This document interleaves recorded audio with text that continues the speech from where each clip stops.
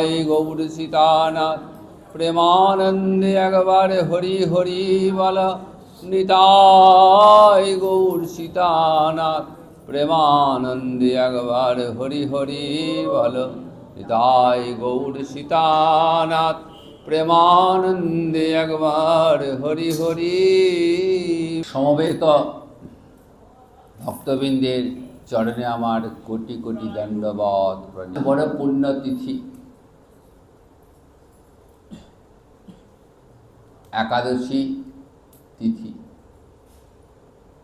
একাদশী মহাপুণ্যা সর্বপাপ প্রণাশিনী ভক্তেশ্ব দীপনী বিষ্ণু পরমার্থ গতিপ্রদা। এই একাদশীর মতো এত পুণ্য তিথি জগতে আর দ্বিতীয় নেই।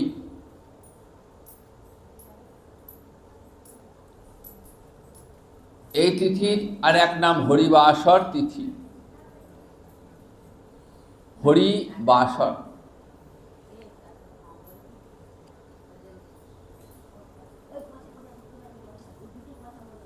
ভগবান শ্রীহরির অত্যন্ত প্রিয় তিথি বা দিন হলো এই একাদশী দিন।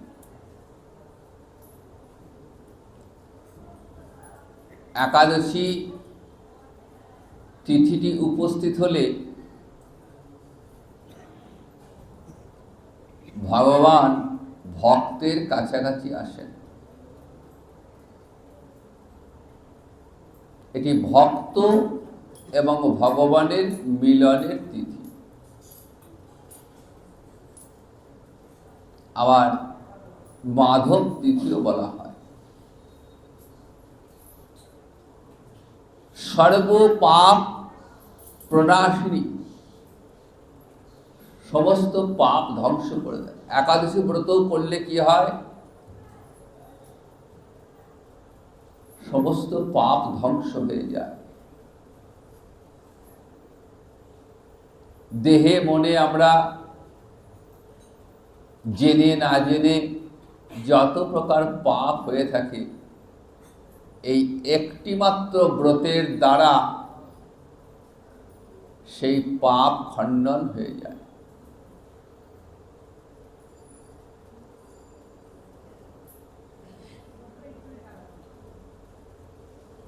ভক্তেশ্ব দীপনী বিষ্ণু, হৃদয়ে হরিভক্তির উদ্দীপন ঘটায়। একাদশী ব্রত করলে কি হয় বললেন? হৃদয়ে হরিভক্তি লাভ হয়। দেখুন, জগতে এমন কোনো ব্রত নেই যে ব্রত করলে হরিভক্তি লাভ হয়। একমাত্র একাদশী ব্রতের দ্বারাই হরি ভক্তি লাভ হয়ে থাকে।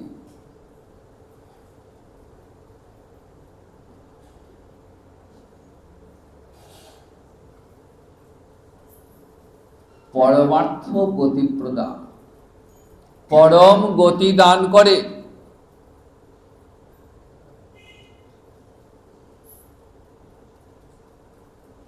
ধর্ম, অর্থ, কাম, মোক্ষ, এই চারটি তো পাওয়া যায়। পঞ্চম পুরুষার্থ যে কৃষ্ণ প্রেম, সেই প্রেম সেবাটিও লাভ হয় একাদশী ব্রতের দ্বারা।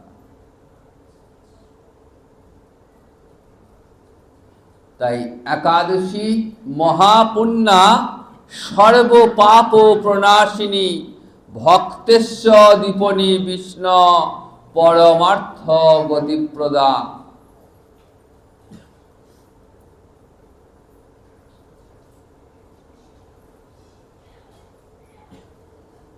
প্রতি মাসে দুটি করে ব্রতের বিধান শাস্ত্রে রয়েছে। একটি শুক্লপক্ষে একাদশী, আরেকটি কৃষ্ণপক্ষের একাদশী। তো আজকের যে ব্রত, সেই ব্রতটির নাম কামিকা একাদশী। শ্রাবণ মাসের কৃষ্ণপক্ষের যে একাদশী, সেই একাদশীটার নাম হলো কামিকা একাদশী।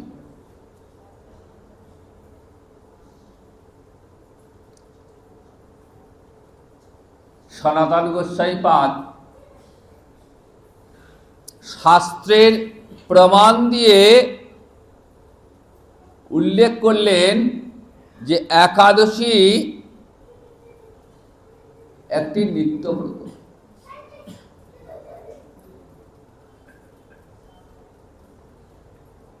নিত্যব্রতের 4টি লক্ষণ রয়েছে।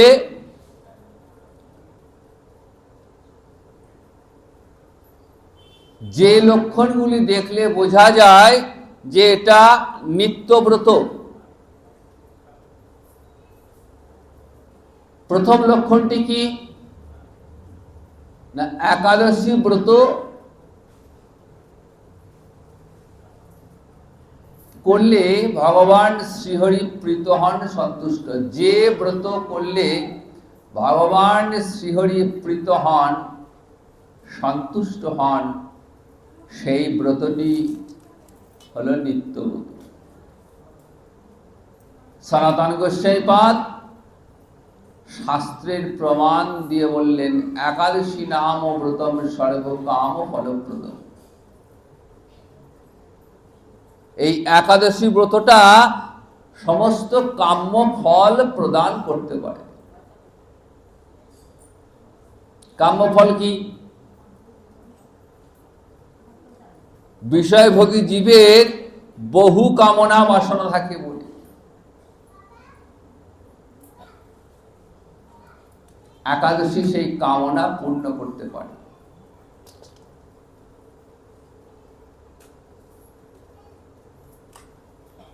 দেহে রোগ মুক্তির প্রার্থনা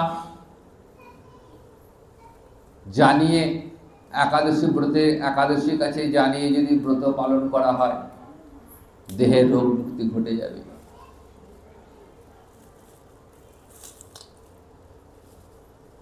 সংসারে শান্তি প্রতিষ্ঠার জন্য কেউ ব্রত করলেন, যদি একাদশী ব্রত করেন, সংসারে শান্তি লাভ আসবে।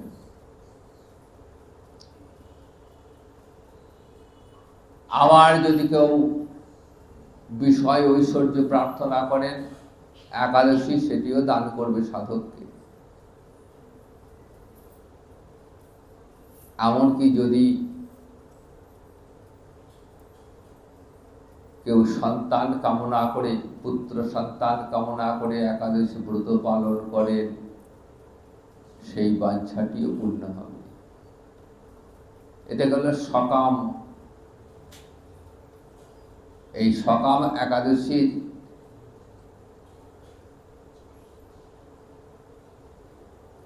বিশেষ কিছু নিয়ম রয়েছে। সেই নিয়মে শ্রদ্ধার সঙ্গে পালন করলে ব্রতের ফল অবশ্যই পাওয়া যাবে। আর যারা নিষ্কাম ব্রত করেন, যাদের অন্তরে কোনো কামনা বাসনা নেই, যারা গৌর গোবিন্দ চরণে নিজেদেরকে সমর্পণ করেছেন, যারা নিষ্কামভাবে ব্রত পালন করেন, তারা কি পাবেন? রাধা গোবিন্দ চরণে প্রেম সেবা লাভ। হে প্রভু, যেন জন্ম জন্মান্তরে আমার যে কুলেই জন্ম হোক না কেন, যেন তোমার সেবা থেকে বঞ্চিত না হয়। নিষ্কাম ভক্ত সাধক একাদশীর কাছে এই প্রার্থনা জানিয়ে থাকেন।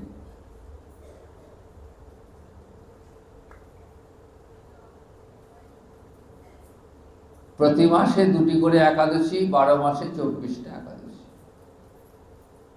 এছাড়াও অধিমাস বা মলমাস উপস্থিত হলে আরো 2টি বাড়তি একাদশী পড়ে। এছাড়াও রয়েছে 8টি মহাদ্বাদশী, 4টি তিথিযোগে এবং 4টি নক্ষত্র যোগে। এই মহাদ্বাদশী উপস্থিত হলে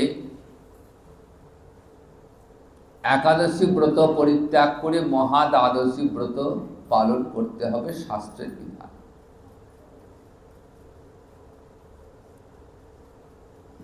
আর দশমী বিদ্যা একাদশী সর্বদাই পরিত্যাজ্য।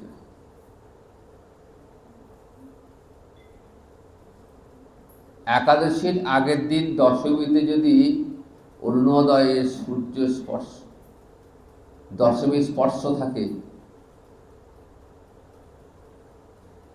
সূর্যোদয়ের পূর্বে হয় অরুণোদয়, তাই অরুণোদয়ে যদি দশমী স্পর্শ পেয়ে যায় তাহলে সেই দিন আর একাদশী হবে না। পরের দিন এক কলা থাকলেও সেই দিনটায় ব্রত পালন করতে হবে। পঞ্জিকাতে অনেক সময় এই বিষয়গুলো স্পষ্ট থাকে না, তাই ক্যালেন্ডারে থাকে না, কিন্তু পঞ্জিকাতে দেওয়া থাকে। দেখবেন গোস্বামী মতে পরের দিন একাদশী, কারণ একাদশী ব্রতটা যে কোনো তিথি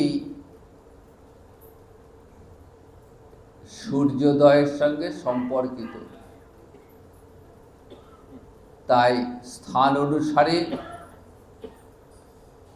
সূর্যোদয় যখন যেখানে যেরকম হয় সে অনুযায়ী তিথিটা পড়ে। সেই জন্য আপন আপন গুরুপাঠের নির্দেশ অনুসারে ব্রত পালন করবেন। আর যদি নিতান্তই বুঝতে না পারেন যে একাদশী কোন দিন করব, সেক্ষেত্রে পরের দিন ব্রত পালন করবেন। আর যদি মহাদ্বাদশী প্রাপ্ত হয় তাহলে একাদশী পরিত্যাগ করে মহাদ্বাদশী ব্রত পালন করতে হবে, শাস্ত্রের নির্দেশ। 8টি মহাদ্বাদশী, 4টি তিথিযোগে, 4টি নক্ষত্র যোগে। এই মহাদ্বাদশী প্রাপ্ত হলে একাদশী পরিত্যাগ করে মহাদ্বাদশী ব্রত পালন করতে হবে।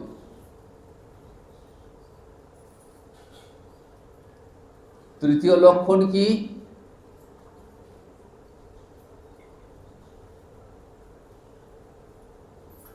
একাদশী তিথি উপস্থিত হলে পঞ্চশস্যাদি ভক্ষণ নিষিদ্ধ।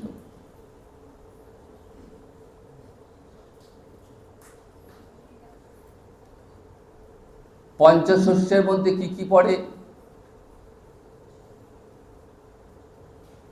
চাল থেকে তৈরি খাদ্যদ্রব্য, গম থেকে তৈরি খাদ্যদ্রব্য, তিল বা সরিষা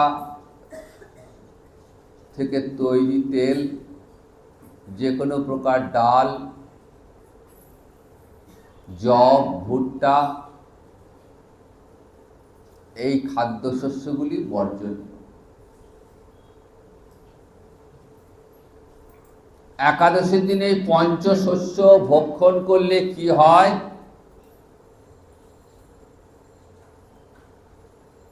এগুলি ভক্ষণ করা মানে পাপ ভক্ষণ করা।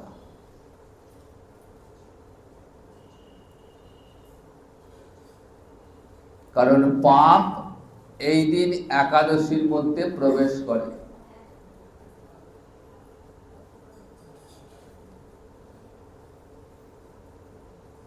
একাদশীতে নিরাহার বিধান।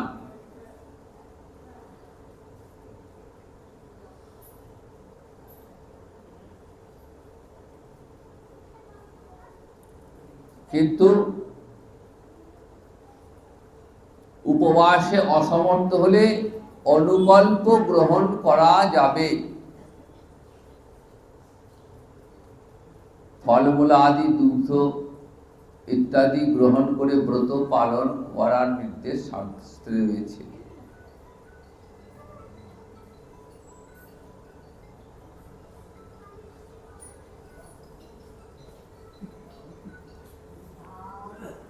একাদশীতে যিনি অন্ন ভক্ষণ করেন, অন্নাদি পঞ্চশস্য ভক্ষণ করেন,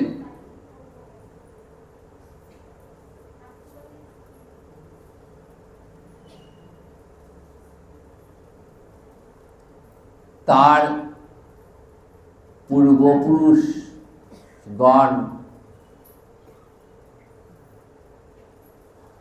এবং শত উত্তর পুরুষ নরকামী হয়।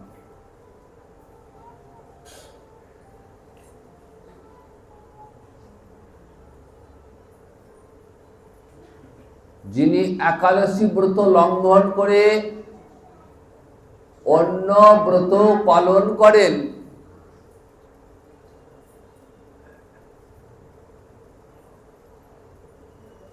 তিনি হস্তস্থিত মহামূল্যবান রত্ন পরিত্যাগ করে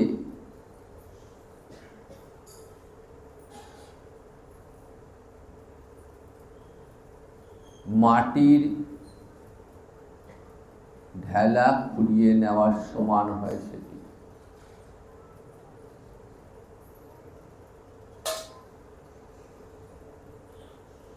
তো এই কামিকা একাদশীর ব্রত মাহাত্ম্য আমরা একটু শ্রবণ করব। কামিকা একাদশী ব্রত মাহাত্ম্যে কি বলা আছে আমরা দেখি। যুধিষ্ঠির শ্রীকৃষ্ণ সংবাদে মহারাজ যুধিষ্ঠির ভগবান শ্রীকৃষ্ণকে প্রশ্ন করছেন,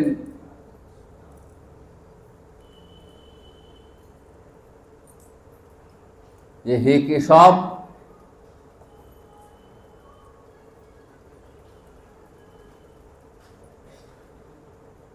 আপনি কৃপা করে শ্রাবণ কৃষ্ণ প্রক্রিয়া পক্ষিয়া কামিকা একাদশীর কথা, এই ব্রতের মাহাত্ম্যের কথা শ্রবণ করান। ভগবান শ্রীকৃষ্ণ বলছেন, হে রাজন, পূর্বে দেবর্ষি নারদ কে ব্রহ্মা এই কামিকা একাদশীর ব্রত মাহাত্ম্য শ্রবণ করিয়েছিলেন। আমি সেই কথাই বলছি, তুমি এখন শোনো। ব্রহ্মা বলছেন,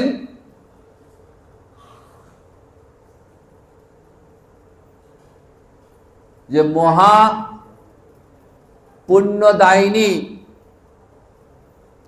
কামিকা একাদশী ব্রত পালন করলে সাগর এবং অরণ্যযুক্ত পৃথিবী দানের ফল লাভ হয়। দুগ্ধবতী গাভী দানের ফল এই ব্রত পালনে পাওয়া যায়।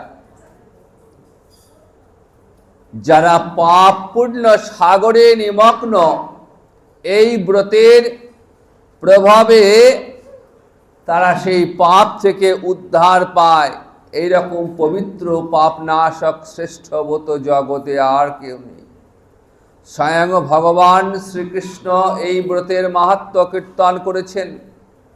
রাত্রি জাগরণ করে যারা ব্রত পালন করেন, তারা কখনো দুঃখ দুর্দশাগ্রস্ত হন না। এই ব্রত পালনকারী কখনো নিম্ন যোনি প্রাপ্ত হন না। হরিভক্তি প্রদায়িনী তুলসী পত্রে যিনি ভগবান শ্রীহরির পূজা করেন, পদ্মপাতায় জলের মতো তিনি পাপে নির্লিপ্ত থাকেন। তুলসী পত্র দিয়ে বিষ্ণু পূজা ভগবান যেমন সন্তুষ্ট হন, মণি মুক্তাদি মূল্যবান রত্ন মাধ্যম তত প্রীত হন না। যিনি ভগবান কেশবকে তুলসী মঞ্জরি দিয়ে পূজা করেন, তার জন্মার্জিত সমস্ত পাপ ক্ষয় হয়ে যায়। ব্রহ্মা নারদকে বললেন, হে নারদ, যিনি তুলসীকে প্রত্যহ দর্শন করেন তার সকল পাপ রাশি বিদূরিত হয়ে যায়, পাপ তাকে স্পর্শ করতে পারে না, তাকে প্রণাম করলে সমস্ত রোগ দূর হয়ে যায়, জল সিঞ্চন করলে যম তার কাছে আসতে ভয় পায়, আর শ্রীহরি চরণে তুলসী প্রদান করলে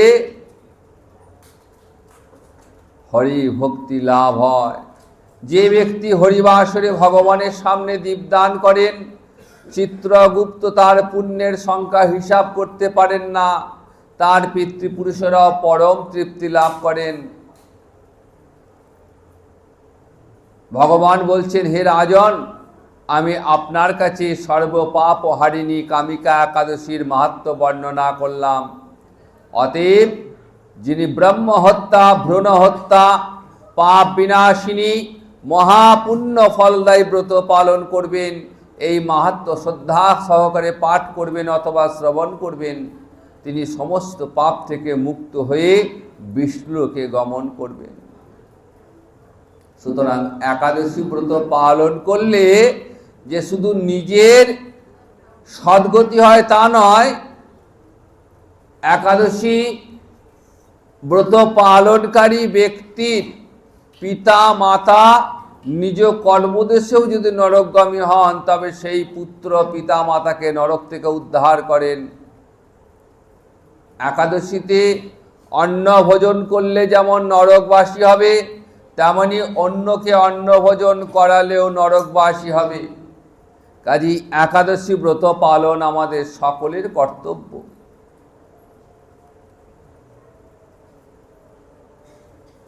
একাদশীর দিন যেমন অন্নাদি পঞ্চশস্য ভক্ষণ করতে নেই, তেমনি কাউকে অন্ন দানও করতে নেই। তাহলে ভগবানকে নিবেদিত অন্ন, বললেন ভগবানকে অন্ন নিবেদন করতে হবে, সেই প্রসাদী অন্ন রেখে দিতে হবে, পরের দিন ব্রত পালন করে সেই মহাপ্রসাদ গ্রহণ করতে হবে।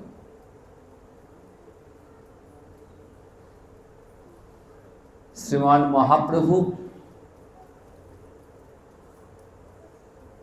জগৎ জীবের মঙ্গলের জন্য সকলকে এই ব্রত পালনের আদেশ দান করেছেন এবং নিজ জননীকে তিনি বলেছেন, একাদশীতে কভু অন্ন না খাইবা।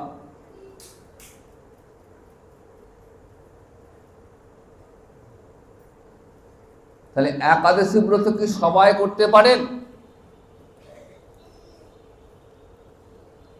শাস্ত্র বলছে একাদশী ব্রত পালন সবাই করতে পারেন। 8 থেকে 80 বছর বয়সের যে কোনো নরনারী, বৃদ্ধ বৃদ্ধা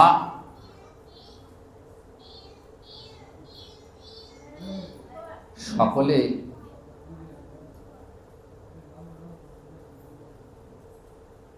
একাদশী ব্রত পালন করতে পারেন। গৃহী, সন্ন্যাসী, বানপ্রস্থী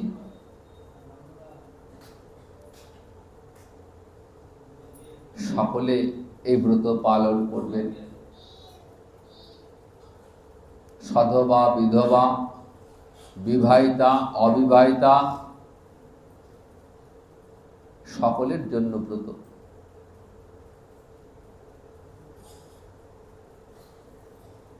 আমাদের সমাজের প্রচলিত ধারণা যে শুধুমাত্র বিধবারাই একাদশী ব্রত করেন, কিন্তু শাস্ত্র প্রমাণ দিলেন যে শাস্ত্রে এমন কথা কোথাও লেখা নেই, বরং এটাই বলা আছে যে পরিবারের সকলকে নিয়ে উভয় পক্ষের একাদশী ব্রত পালন করবে, সকলে মিলে ব্রত পালনের কথা বলা আছে।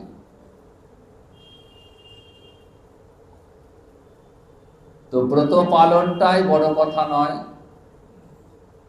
ব্রত পালনের অঙ্গ হিসেবে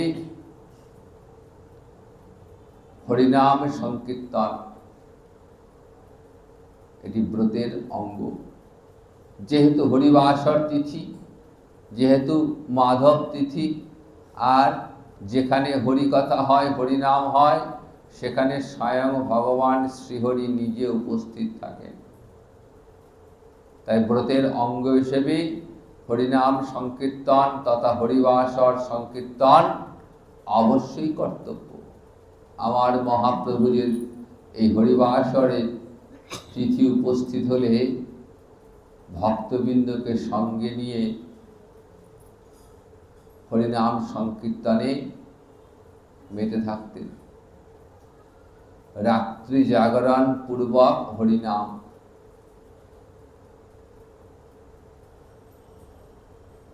সারা রাত জেগে ভক্তবৃন্দকে সঙ্গে নিয়ে হরিনাম সংকীর্তন করতেন।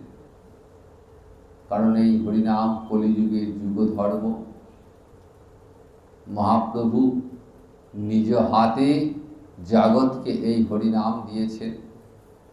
নাম প্রেমের মালা গাথি পরাইল সংসারে।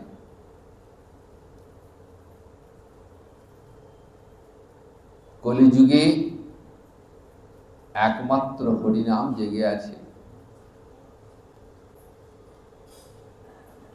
তাই হরিনাম করলে কি হয়? সর্বসিদ্ধি লাভ হয়। হরিনামে সর্বসিদ্ধি লাভ হয়।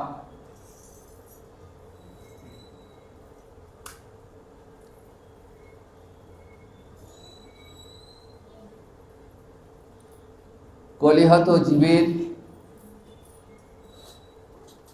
মুক্তির জন্য হরিনাম অপেক্ষা আর কোনো ধর্ম নেই।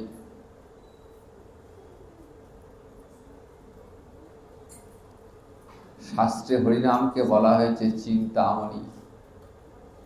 চিন্তামণি মানে, চিন্তামণি হলো এমন এক রত্ন যার কাছে যাচক যা চাইবেন তাই পাবে।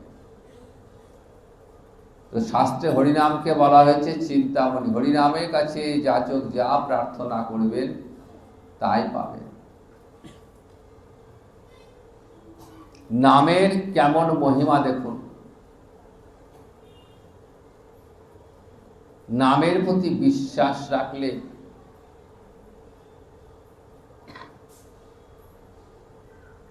জীবের কোনো বিপদ হয় না।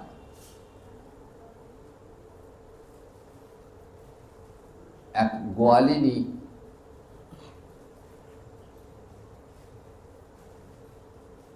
দুধ বিক্রি করতে যেতেন।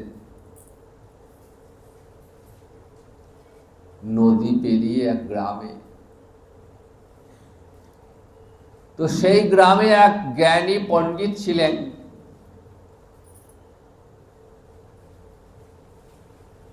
তিনি নিত্য ভাগবত কথা বলতেন। তো একদিন ওই গোয়ালিনী দুধ নিয়ে গেছেন পণ্ডিতের গৃহে। আর এই পণ্ডিত তখন হরিনামের মহিমা বর্ণনা করছেন। বললেন যে নামকে আশ্রয় করলে জীবের আর কোনো ভয় থাকে না।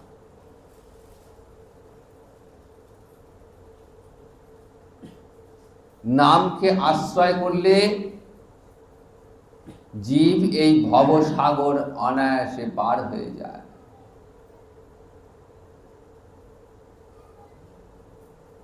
তো গোয়ালিনী তো দুধ দিয়ে বেড়ায়, তার অত কথা শোনার সময় নেই। কিন্তু এই কথাটা তার কানে এসে পৌঁছল। সরলমতি গ্রামের গ্রাম্য মহিলা, তার কানে এটা পৌঁছলো যে হরিনামে ভবসাগর পার হয়ে যায়, সংসার সাগর অনায়াসে পার হওয়া যায় হরিনামের দ্বারা। এই কথা শুনতে শুনতে একটু সন্ধে হয়ে গেছিল। সে যখন নদীর ঘাটে এসে দেখলো যে কোনো নৌকা নেই, পারাপার করবার কেউ নেই, সে চিন্তায় পড়ে গেল, আমি কেমন করে বাড়ি ফিরব। বাড়ি না ফিরলে গোমাতারা গৃহে রয়েছেন, তাদের খাবার কে দেবে। সকালবেলায় দুগ্ধ দহন করতে হবে, আবার আমাকে আসতে হবে।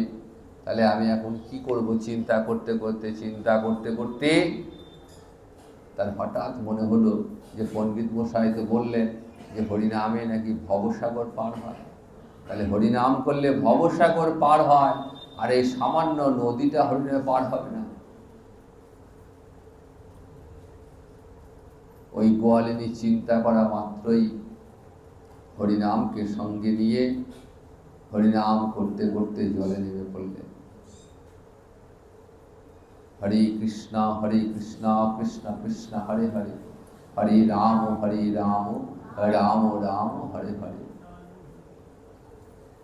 এই হরিনাম করতে করতে তিনি নদী পেরিয়ে চলে যান সাঁতরে। পরের দিন যথারীতি দুগ্ধ দহন করে নদী পেরিয়ে আবার গেলেন পণ্ডিতের গৃহে, দুধ দিতে গেছেন। তা পণ্ডিত মশাই খবর পেয়েছেন যে তার গৃহে যে দুধ দেয় তার দেরি হয়ে যেত, সে নদী পাড়ে অপেক্ষা করছিল, পৌঁছতে পারেনি, চিন্তায় ছিল। বলছেন, হ্যাঁ রে, তুই তো কাল রাতে বাড়ি ফিরতে পারিস, নদী ঘাটিয়ে ছিলিস? বলছে, না না, আমি বাড়ি পৌঁছে গেছিলাম।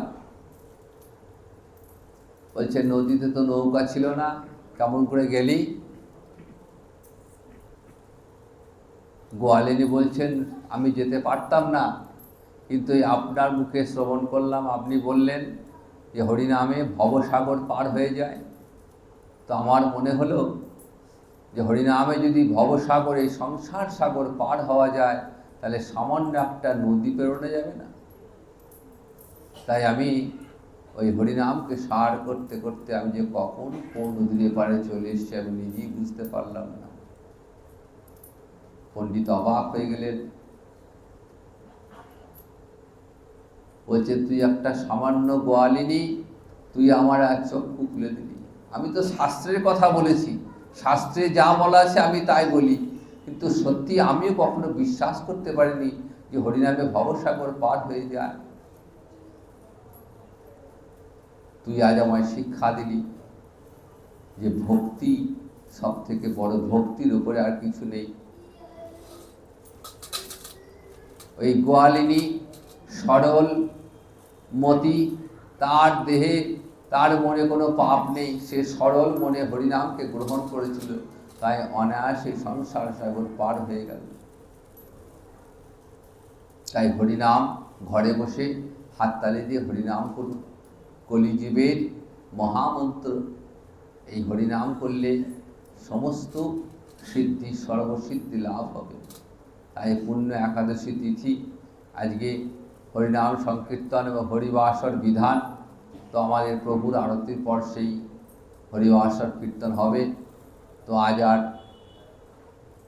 আমি আর কোনো প্রসঙ্গে না গিয়ে এখানে বিশ্রাম নিচ্ছি। জয় নিতাই, জয় গুরু।